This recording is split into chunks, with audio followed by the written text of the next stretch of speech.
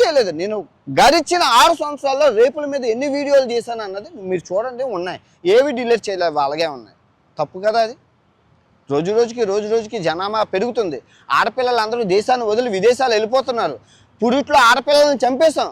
ఇప్పుడు 10 మంది అబ్బాయిలకు 6 అబ్బాయిలు ఉన్నారు. దాని మీద ఎవడో క్వశ్చన్ చేయట్లేదు. ఇలా చేసుకుంటూ పోతే స్త్రీని మీరు అణచాలని చూస్తున్నప్పుడల్లా స్త్రీలు ఇక్కడి నుంచి వెళ్ళిపోతారు. ఆ తర్వాత బాధపడేది మీరే. మగవాళ్ళకి ఆడపిల్లలు లేరు అని నెత్తి నోరు కొట్టుకుంటారు. మళ్ళీ చెప్తున్నాను, మన స్త్రీని స్వేచ్ఛగా వాళ్ళు బతికినట్లు మగవాడు బతుకుతున్నాడు కదండి స్వేచ్ఛగానా?